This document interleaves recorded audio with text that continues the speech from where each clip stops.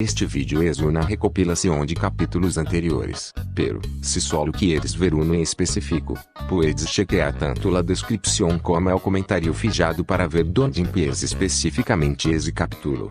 Sin más que decir, gracias por escuchar. Este capítulo comienza con el loquito Heavinuma y su padre, hablando del proyecto de Geneterra, enterándonos así, del por qué su padre apoya dicho proyecto.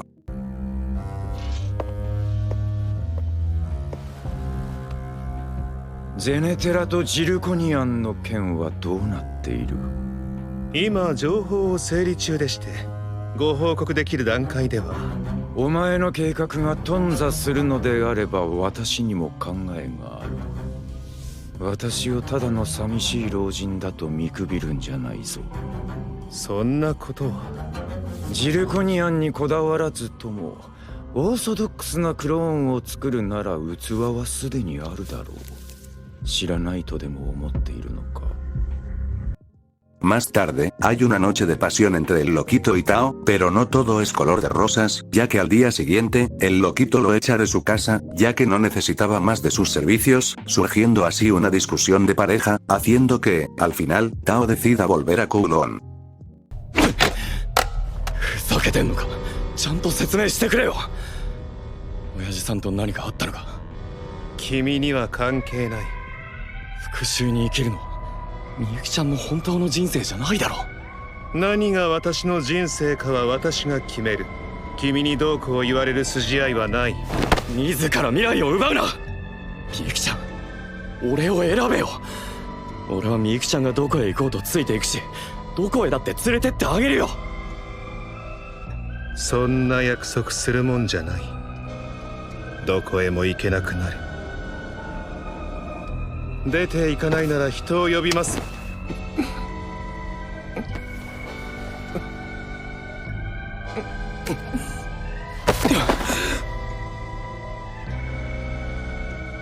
痛い方が忘れないんだろう。出て行け。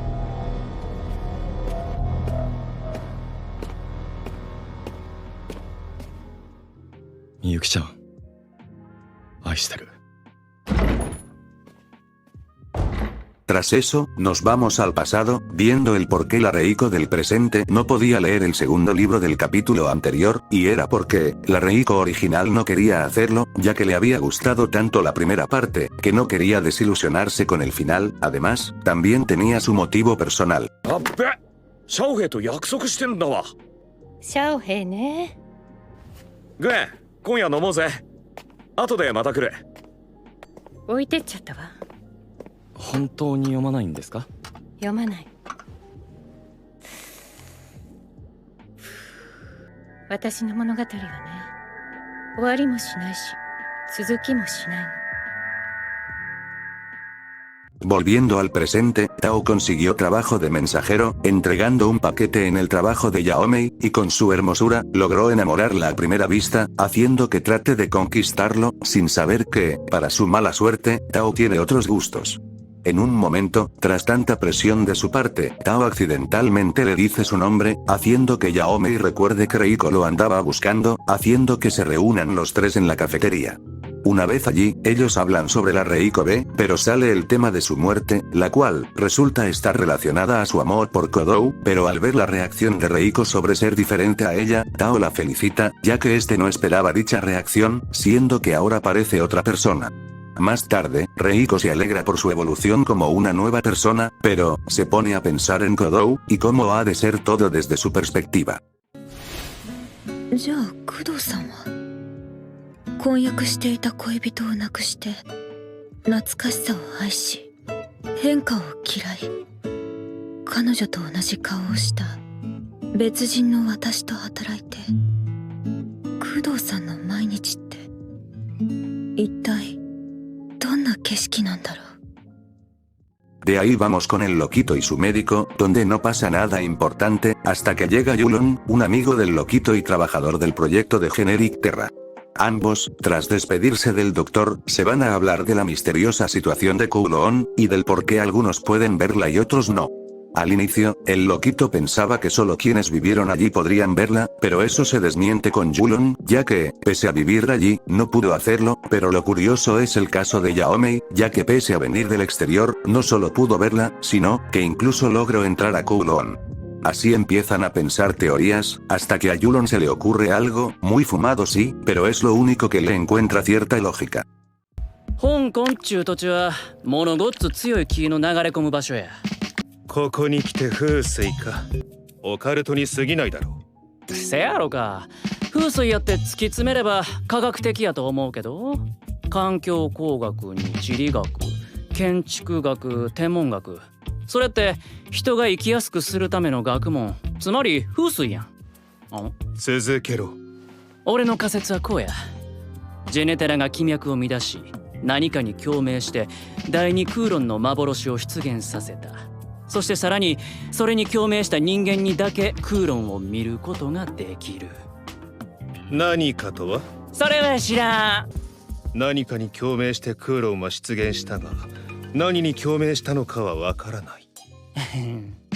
そしてさらにそれに共鳴した俺のような人間がいるが、それが何なのかもわからない。sea. El loquito, pese a no estar convencido, es lo único que tiene, así que le dará una oportunidad. Por otro lado, nuestra pareja andaba haciendo las compras, hasta que sale el tema de viajar por el mundo, donde en un momento, Reiko pensó en alejarse de Kodou, para que él pueda superar la muerte de su esposa. Pero, en una muestra de amor, Kodou no quiere que se aleje, y le pide que siempre esté a su lado. どこへも行くな。ずっとそばにいろ。ずっと。でも。Lamentablemente, ocurre un terremoto más fuerte de lo normal. Finalizando así, este sexto capítulo. Tras la explosión, Kodou y Tao se encuentran por casualidad yéndose a hablar a solas, poniéndose al día sobre la situación de ambos, con Tao diciéndole a Kodou sobre salir de Kowloon, pero resulta que Kodou no quiere, y Tao rápidamente se da cuenta del por qué, pese a que el Kowloon actual es diferente al original, Kodou se quiere quedar, siguiendo, obviamente, por su amor a Reiko. Y si bien, Tao le insiste a Kodou, este mantiene su decisión, haciendo que Tao se vaya, al ver que no logrará convencerlo. Por otro lado, el loquito andaba investigando Kowloon, pero algo pasa, ya que se termina desmayando en mitad de la calle, haciendo así, que veamos el cómo fue que Tao y él se conocieron. 今年10月からヘビヌマグループ指揮のもと進められていた第二空論斎場の解体が本日完了しました。第二空論斎場は1994年にあった空論斎場を住人が無断で再現したもので、かねてよりその違法性が問題視されていました。いつもの。はいよ。お兄さん見ない顔だね。一人。なんだよ、来て早々ナンパか？いいね、イケメンは。その上器用で人生何でも思い通りだろ。そんなことはないさ。俺なんてただの器用貧乏でその日暮らしの運の悪い男だよ。急に住む場所も失っちまうしな。ちげえね。一人です。今日は大切なものを壊してしまってどうしても飲みたい気分だったんです。席外そうか。構いませんよ。な、場所変えない？他にいい店知ってるんだ。店近いけどそれ羽織ってなよ。なんかあんた危なっかしいな。この辺りは治安もあまり良くないし、俺なんかに声かけられてホイホイついてきちゃうしさ。俺なんか器用貧乏でその日暮らしの運の悪い男でしたっけ？そんなこと思ってもないくせに。相手からの嫉妬を事前に回避するためのポーズ。相手にも自分に対しても失礼な行為だ。癖になる前にやめた方がいい。ちょっと待って。参ったな。お兄さんにはどんな嘘も見抜かれちゃいそうだから白状する。本当は下心ありありでいい店に誘いたいんだけど、マジで金なくて。でも絶対にあんたを逃したくないから、今日のところはここでおごらせてほしい。随分と正直に白状したな。けれど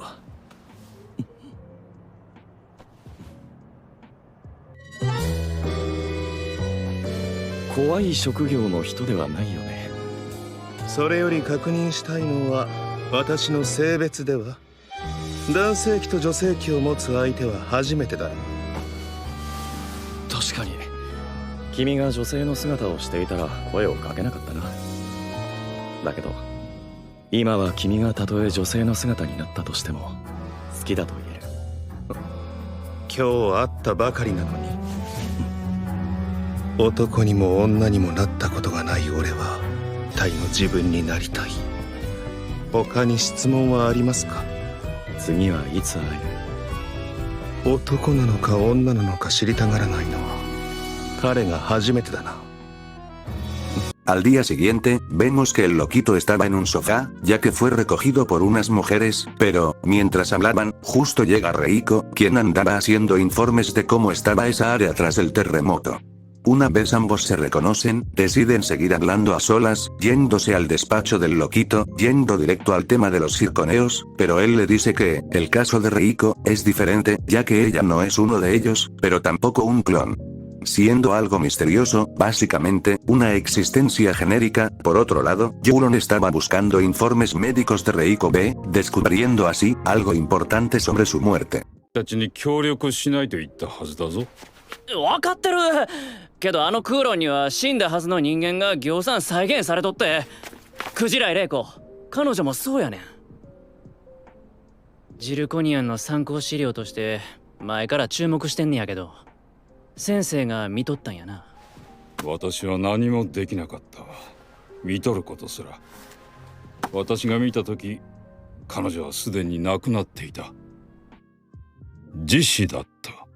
Tras eso, Reiko le comenta a Yaomei su descubrimiento, suponiendo así que no habrá problemas si se cambia de apartamento, aunque, igualmente, Reiko quiere conservar las cosas de la Reiko B. Más tarde, una vez llegada la noche, y mientras ella organizaba su mudanza, justo llega Kodou, revelándonos así que esa misma noche era el aniversario de la muerte de la Reiko B. Esto hace que la idea de mudarse se vaya al tacho, comentándole a Yaomei esta decisión, aunque, igualmente quiere cambiar la decoración de su casa, como las cortinas, arreglando con Yaomei de ir a Hong Kong a comprar la tela. Pero, cuando estaban por salir, justo llega Tao, evitando que Reiko salga de Kowloon, siendo esto de pura casualidad, ya que justo, Tao estaba esperando que llegue la comida. En ese momento, justo llega el repartidor, teniendo así, una gran revelación. まさか届けてくれるとは思わなかったよ。うちくらいっすよ。こんな瓦礫の廃墟でも受け付けるのは。これレシートっす。瓦礫の廃墟？何言ってんの？私たちここに住んでるんだけど。取り壊し以降ここに住むのは禁止でしょ。取り壊し？一体何の話ですか？ちょっと、なんでレコポンのこと無視するのよ。お客さんのことっすか？いいよ。からかわないでくださいよ、お二人さん。もう自分帰ります。お二人さん？何あの人、まるでレコポンのこと。見えてないのさ。Tras dicha situación, Tao nos explica qué había pasado, y era que, únicamente aquellos que pueden ver a Kowloon, podrían ver a Reiko. Al principio, Yaomei pensó que era mentira y que todo era una broma, pero, tras analizar lo dicho por el repartidor, hasta Reiko entiende su situación. Pero, todo eso no detendrá a Yaomei, quien irá a la ciudad a investigar más sobre esta Kowloon. Finalizando así, este séptimo capítulo.